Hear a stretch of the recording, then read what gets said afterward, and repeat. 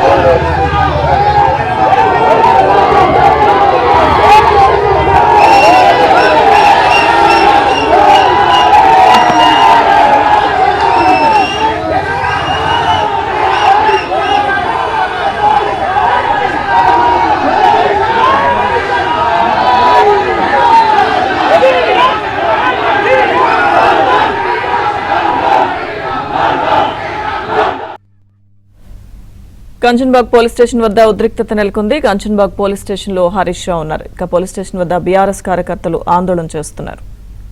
విధానాలంటే తెలంగాణ ప్రభుత్వాన్ని, రేవంత్ రెడ్డి ప్రభుత్వాన్ని గత నెల 31వ తారీఖు నాడు మంత్రి అడ్లూరు లక్ష్మణ్ కుమార్ గారు గురుకులాల్లో జరిగిన కుంభకోణం గురించి వారు చాలా ఓపెన్గా చెప్పారు.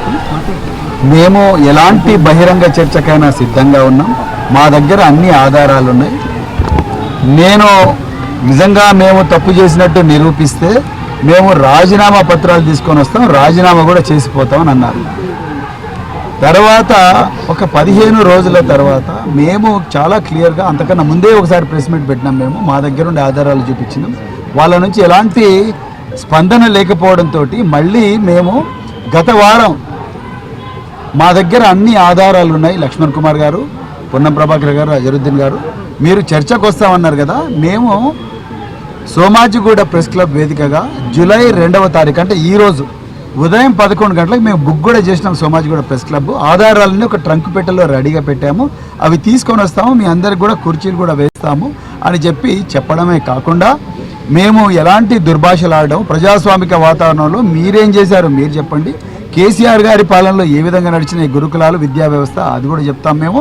అదేవిధంగా కేసీఆర్ గారి పాలనలో ఏ విధంగా మరి చిన్న చిన్న పిల్లలను, తర్వాత చిన్న చిన్న పేద కుటుంబాల నుంచి వచ్చిన వాళ్ళను, ఎస్సీ, ఎస్టీ, బీసీ, మైనారిటీ, మిగతా ఎవరైనా పేదలుంటే వాళ్ళందరినీ 10,000 మందిని కేసీఆర్ గారు ఏ విధంగా కాంట్రాక్టర్లుగా తయారు చేశారు, అదేవిధంగా చిన్న తరహా పరిశ్రమలు, కుటీర పరిశ్రమలు ఏ విధంగా ఎంకరేజ్ చేశారు, పిల్లలను ఏ విధంగా ఆదుకున్నారు, ఆ విషయాలను కూడా మేము చెప్తామని మేము చెప్పడం జరిగింది.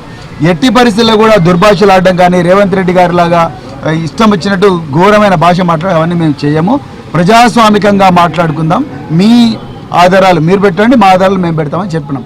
తర్వాత నిన్న సాయంత్రం 7 గంటలకు ఇదే మంత్రులు లక్ష్మణ్ కుమార్ గారు, పొన్నం ప్రభాకర్ గారు వీళ్ళు ఏమన్నారు, లేదు మేము సోమాజిగూడ ప్రెస్ క్లబ్ రాము, మాకు హరీష్ రావు గారు, కేటీఆర్ గారు వీళ్ళిద్దరు వస్తేనే మేము వస్తాము, లేకపోతే మంత్రులుగా గతంలో ఇప్పుడు శాసనసభ్యులుగా ఉండి గతంలో మంత్రులుగా పనిచేసిన వాళ్ళు ఎవరైనా వస్తే అప్పుడు మేము వస్తాము అన్నారు. సరే మంచిది. మరి దాని తర్వాత మరి ఇంకొక మాట కూడా అన్నారు, ఓకే మేము పొద్దున 11 గంటలకు గన్ పార్క్